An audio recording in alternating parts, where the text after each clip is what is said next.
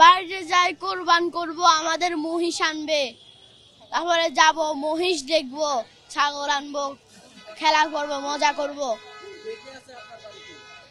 আমার কাকা, বাচ্চা কাকা, জেঠামণি, জাবির ভাই আরো অনেকে আছে। দাদুর বাড়ি সবার সাথে। আগে নর্মালি এসিতে যাইতাম আমরা 550 টাকা সোনাপুর, আর নন এসিতে দিতাম 500 টাকা, আর ওখানকার এসিতে রাখতেছে আমাদের কাছ থেকে 1000 টাকা করে। ভাড়া এখন আপনার 850 করে নিচ্ছে আমাদের থেকে।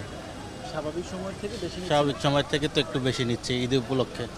এটা আগে আমরা 500, 550, 600-র মধ্যে যেতে পারতাম সর্বোচ্চ, যেটা এখন আমাদের 850 টাকার মধ্যে নিচ্ছে। তারপরও গাড়ির যে টাইমটা যাওয়ার কথা ওই টাইমে আমরা যেতে পারছি না।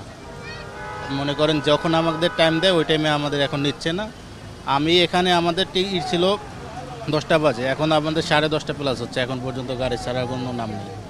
হ্যাঁ, গাড়ি ভাড়া একটু বেশি, আগে ছিল 500 টাকা, এখানে এখন 850 টাকা। তো সেক্ষেত্রে একটু ভাড়া বেশি মনে হচ্ছে। আবার যেহেতু ওরা আসবে খালি, এই জন্য ওরা বলতেছে যে আমাদের যেহেতু খালি আসবো এই জন্য বেশি রাখতেছি।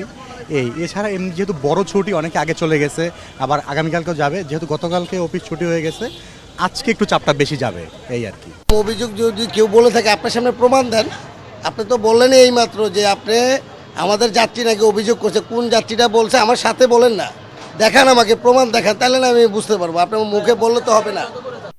প্রশ্ন আপনি আমাকে করতেছেন যে জোর জবরদস্তি, যে আপনার যাত্রীরা।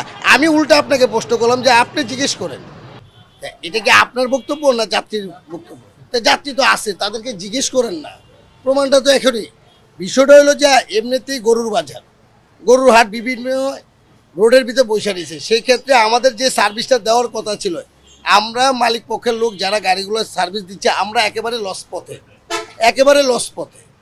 এখন মোটামুটি আপনার লাকসাম আমাদের গরুর হাট, আমাদের শনি একটা গরুর হাট, আমাদের চান্দিনা বাজার গরু হাট, এই যে আমাদের গাড়িগুলো যেখানে সার্ভিস দেওয়ার কথা ছিল 4 ঘন্টা, গতকালকে আমরা 11 ঘন্টার ভিতরে আমরা গাড়ি পাচ্ছি না। কারণটা কি? সেটা হলো আমাদের দাউদকান্দিতে ঝামেলা হচ্ছে এই গরুর হাটের জন্য।